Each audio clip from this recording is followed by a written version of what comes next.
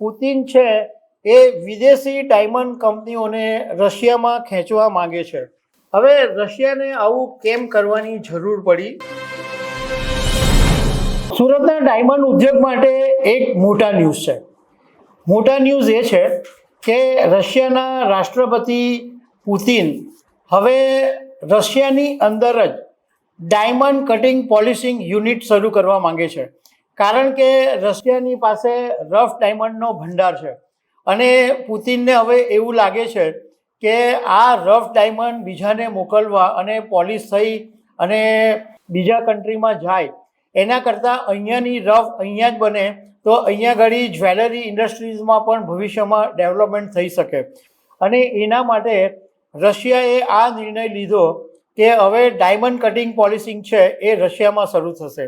તો આને કારણે સુરતના ડાયમંડ ઉદ્યોગ ઉપર શું અસર પડશે, રશિયાની આ જે ડાયમંડ કટિંગ પોલિશિંગ શરૂ થવાનું છે એની શું પોલિસી છે, આ બધા મુદ્દા પર હું તમારી સાથે વાત કરીશ. મારું નામ રાજેશ શાહ છે અને તમે જોઈ રહ્યા છો ગુજરાતના સૌથી મોટા ડિજિટલ ન્યૂઝ પ્લેટફોર્મ ખબર છે ડોટ. દર્શક મિત્રો, આ વિડીયો હું જે કરવા માટે જઈ રહ્યો છું એ સંભવતઃ થોડોક લાંબો થશે, કારણ કે અમે આની અંદર ઘણી બધી વિગતો શોધીને કાઢી છે કે જે ડાયમંડ ઉદ્યોગ સાથે સંકળાયેલા લોકોને કામ લાગી શકે એમ છે. તો પહેલાં હું તમારી સાથે વાત કરું છું કે રશિયા શું કરવા જઈ રહ્યું છે.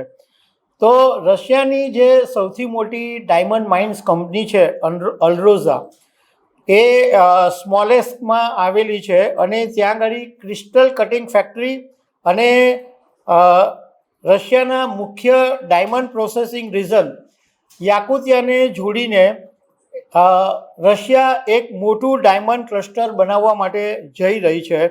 અને રશિયાના રાષ્ટ્રપતિ પુતિને આ જે યોજના છે, આ જે પ્રોજેક્ટ છે એને 6 ઓગસ્ટ 2026ના દિવસે સત્તાવાર મંજૂરી પણ આપી દીધી છે. જોકે આ ક્લસ્ટર કાલે ને કાલે શરૂ નથી થવાનું. આ ક્લસ્ટર 1 માર્ચ 2027થી શરૂ થવાનું છે. અને રશિયાની ડાયમંડ માઇનિંગ કંપની છે એ પોતાના રફ ડાયમંડ છે એ માર્કેટમાં મૂકતા પહેલાં જે રશિયામાં ક્લસ્ટર બનશે, એટલે રશિયામાં જે ડાયમંડ કટિંગ પોલિશિંગની જે ફેક્ટરીઓ બનશે એને પહેલાં એ ડાયમંડ કંપનીઓને ઓફર કરશે. હવે આની અંદર જે રશિયાએ પોલિસી બનાવી છે એમાં આ જે જગ્યા જે ક્લસ્ટર બનશે એમાં મોટી ડાયમંડ કંપનીઓ એટલે જે રશિયાની જે કંપનીઓ છે એ ત્યાં આગળ ખોલશે, નાની પ્રાઇવેટ ડાયમંડ કંપનીઓ પણ ત્યાં આગળ ખોલી શકશે. અને ફોરેન ડાયમંડ કટર્સ કંપની એટલે એમાં સૌથી મોટું નામ તો ભારતનું આવે અને ભારતમાં સુરતનું નામ આવે, કારણ કે સુરત આજે ડાયમંડ કટિંગ અને પોલિશિંગમાં આખી દુનિયામાં નંબર 1 છે. અને આખી દુનિયામાં જે ડાયમંડ અને કટિંગ પોલિશિંગ થાય છે એમાંથી 10માંથી 9 હીરા માત્ર સુરતમાં બને છે. હવે રશિયાએ રફ ડાયમંડ માઇનિંગ કંપનીઓને એવું કીધું છે કે તમને રફ ડાયમંડ સસ્તામાં આપીશું, પરંતુ એ સુરત કે દુબઈ મોકલીને પોલિશ નહીં કરી શકો. રશિયામાં જ કટિંગ એન્ડ પોલિશિંગ કરશો તો તમને સસ્તામાં મળશે. મતલબમાં પુતિન છે એ વિદેશી ડાયમંડ કંપનીઓને રશિયામાં ખેંચવા માંગે છે. હવે રશિયાને આવું કેમ કરવાની જરૂર પડી? તો એની પાછળના કારણો એ છે કે 2022માં રશિયા અને યુક્રેન વચ્ચે જે યુદ્ધ શરૂ થયું એ પછી રશિયાની જે રફ ડાયમંડ માઇનિંગ કંપની છે અલરોઝા, એની ઉપર અમેરિકાએ પ્રતિબંધ મૂકી દીધા. અને એ પછી G7 દેશોએ પણ અલરોઝા ઉપર પ્રતિબંધ મૂકી દીધા, જેને કારણે અલરોઝાની જે સપ્લાય ચેઇન હતી એમાં ભારે મુશ્કેલી ઊભી થઈ. પ્રતિબંધ પછી અલરોઝાએ પેમેન્ટ સિસ્ટમ, સેલ્સ, લોજિસ્ટિક બધી જ આખી સિસ્ટમની અંદર ફેરફાર કરવાની જરૂર પડી. કદાચ એવું પણ બને કે પુતિનને એવું લાગ્યું હશે કે આપણે આખી દુનિયાને રફ ડાયમંડ વેચીએ તો એ લોકો વેચી અને કટિંગ પોલિશિંગ કરીને બીજા કન્ટ્રીને વેચે તો આવું કામ આપણે જ અહીંયા શું કામ ન કરી શકીએ? હવે આની અંદર જે રશિયાએ પોલિસી મૂકી છે એમાં એક નિયમ એવો કર્યો છે કે 1 સપ્ટેમ્બર 2026થી રશિયા કેટલાક જે રફ ડાયમંડ એક્સપોર્ટ કરે છે એની ઉપર ડ્યુટી લગાવી છે. એમાં રશિયાએ એવું કીધું છે કે જો તમે 0.45 સેન્ટથી 10.8 કેરેટ રફ આંશિક રીતે પ્રોસેસ ડાયમંડ છે એને જો તમે નિકાસ કરશો તો 8% ડ્યુટી લાગશે, 8% એક્સપોર્ટ ડ્યુટી લાગશે. 10.8 કેરેટથી મોટા ડાયમંડ છે સ્પેશિયલ સાઇઝ એની પર પણ 8% લાગશે. પણ જો તમે અહીંયા જ ગાડી બનાવશો એટલે રશિયાની અંદર જ જો ડાયમંડ કટિંગ એન્ડ પોલિશિંગ કરશો તો તમારે 8% ડ્યુટી નહીં લાગે. મતલબમાં તમારા રફ ડાયમંડ અહીંયા જ બને અને તમને ડ્યુટીમાં રાહત પડે. એટલે ડાયમંડ માઇનિંગ કંપની પાસે આ બે વિકલ્પ છે કે એના જે રફ ડાયમંડ નીકળે છે એ બીજા બધા દેશોને મોકલીને 8% એક્સપોર્ટ ડ્યુટી ભરે અને ક્યાં તો ત્યાં જ રફ ડાયમંડ માઇનિંગ પોતાના જ કન્ટ્રીની અંદર બનાવે. હવે સમજવાની વાત એ છે કે આમાં સુરત ઉપર શું અસર પડે. હવે અમે ઘણા બધા ડાયમંડના વેપારીઓની સાથે વાત કરી છે તો મોટે ભાગના ડાયમંડના વેપારીઓનું કહેવું એમ છે કે રશિયામાં ડાયમંડ કટિંગ અને પોલિશિંગ ત્યાં પોતે શરૂ કરે તો પણ સુરતને કોઈ જ બહુ મોટી અસર પડે એવી શક્યતા નથી. કારણ કે સુરતની પાસે જે રત્ન કલાકારો છે, જે સ્કિલ્ડ વર્કર છે કે જે ખાસ કરીને સૌરાષ્ટ્રના છે અને જે પટલા ડાયમંડ કટિંગ પોલિશિંગ માટે દુનિયાભરની અંદર વિખ્યાત છે, તો એ જે સ્કિલ્ડ ડાયમંડ વર્કર છે એ રશિયાની પાસે છે જ નહીં. એને ત્યાં આગળ ડાયમંડ કટિંગ પોલિશિંગ વિકસાવવું હોય તો અહીંયાથી સૌરાષ્ટ્રના કારીગરોની જરૂર પડે અને એ સૌરાષ્ટ્રના કારીગરો અહીંયા સુરતથી કે ભારત છોડીને જાય એ શક્યતા ઓછી છે. બીજું કે ઓલરેડી ગુજરાતની અંદર ડાયમંડ કટિંગ અને પોલિશિંગના હજારો યુનિટ છે. લગભગ 5000 કરતાં વધારે નાના મોટા કારખાના અને ફેક્ટરીઓ ઓલરેડી એસ્ટાબ્લિશ છે. ટ્રેડર્સ અને મેન્યુફેક્ચરિંગનું બહુ જ સારું ઇકોસિસ્ટમ અહીંયા સેટ થયેલું છે. જ્વેલરી મેન્યુફેક્ચરિંગમાં હવે સુરત આગળ આવી રહ્યું છે. અહીંયા આગળ એક્સપોર્ટનું નેટવર્ક પણ બરાબર સેટ થયેલું છે. મુંબઈ, દુબઈ, એન્ટવર્પના કોમર્શિયલ નેટવર્ક પણ બહુ જ સારું છે. પણ અમે સુરત ડાયમંડ એસોસિએશનના પૂર્વ પ્રમુખ દિનેશભાઈ નાવડિયાની સાથે વાત કરી તો એમણે એક મહત્ત્વના મુદ્દા પર અમારું ધ્યાન દોર્યું છે કે રશિયાની અંદર ડાયમંડ કંપનીઓ જાય એવી શક્યતા છે જ નહીં. એટલે સુરતને કોઈ અસર નહીં પડે. કારણ કે ધારો કે સુરતના કોઈ એક માની લો કે સુરતની એક બહુ જ મોટી ડાયમંડ કંપની છે અને ડીટીસી સાઇટ હોલ્ડર છે અને બધી રીતે દુનિયાભરમાં એનું નામ છે અને જો એ રશિયામાં જઈને ત્યાં આગળ ડાયમંડ ફેક્ટરી નાખે અને આ વાતની અમેરિકાને ખબર પડે તો એ ડાયમંડ કંપનીની બેન્ડ વાગી જાય. કારણ કે એનું રશિયામાં એ ફેક્ટરી શરૂ કરે એ તો પ્રતિબંધ મુકાઈ જ જાય, પરંતુ અહીંયા આગળ સુરતમાં કે દુનિયાભરમાં એના જ્યાં જ્યાં ધંધા હોય એ ધંધા પણ અમેરિકા બંધ કરી દે. કારણ કે સુરતનું જે ડાયમંડ એક્સપોર્ટ છે એનો મેક્સિમમ હિસ્સો અમેરિકા જાય છે. એક અંદાજ મુજબ 60% કરતાં વધારે પોલિશ ડાયમંડ એક્સપોર્ટ અમેરિકા જાય છે. કારણ કે અમેરિકાના જે મોટા મોટા જ્વેલર્સ છે એ સુરતના પોલિશ ડાયમંડ ખરીદે છે. એટલે કોઈ ડાયમંડ કંપનીવાળા સુરતમાં જેટલી છે કે ગુજરાતમાં જેટલી છે ડાયમંડ મેન્યુફેક્ચરિંગ યુનિટ્સ એ રશિયા જવાની હિંમત જ નહીં કરે. કારણ કે જો એ ત્યાં જાય તો અમેરિકા બેન્ડ વગાડી દે, ત્યાં આગળ એની ફેક્ટરી પણ નહીં ચાલે. અગાઉ ડાયમંડ કટિંગ પોલિશિંગ માટે ચીને પણ ટ્રાય કરી જોઈ છે. ચીને ત્યાં આગળ નેચરલ ડાયમંડ કટિંગ પોલિશિંગ કરવાની કોશિશ કરી, પરંતુ સુરતની અંદર લેબર સસ્તું છે, ગુજરાતનું એક શહેર છે અને અહીંયા આગળ બિઝનેસનો બહુ જ સારો માહોલ છે. જે કારીગરો છે એ ઓછા ખર્ચે અહીંયા મળી જાય છે. અને ચીનની અંદર નેચરલ ડાયમંડમાં બહુ બધી મહેનત કરવા છતાં સફળ નહીં થયું.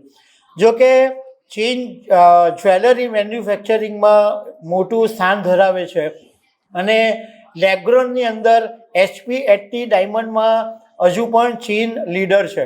આ ઉપરાંત ભારતની અંદર જ બિહારમાં પણ ડાયમંડ કટિંગ અને પોલિશિંગની બિહાર સરકારે શરૂઆત કરી હતી અને ડાયમંડ કંપનીઓને પ્રોત્સાહન આપવાની વાત કરી હતી, પરંતુ બિહારમાં પણ સુરતનો ધંધો ખેંચાયો નથી.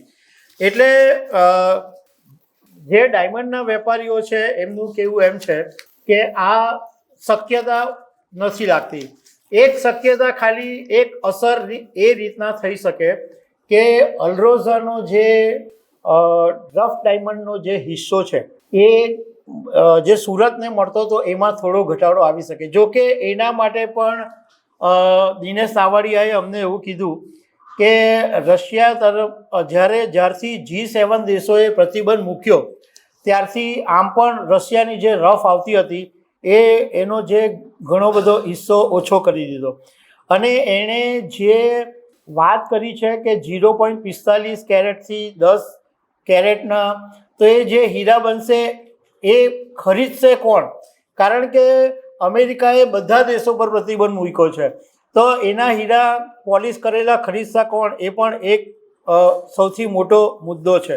હવે તમને સાથે સાથે થોડી એ પણ માહિતી આપી દઉં કે જ્યારે રશિયા યુક્રેન યુદ્ધ નહોતું 2022 પહેલાં નહોતું ચાલતું, ત્યારે અલરોઝાથી સુરત જે રફ આવતી હતી એમાં 29% હિસ્સો હતો.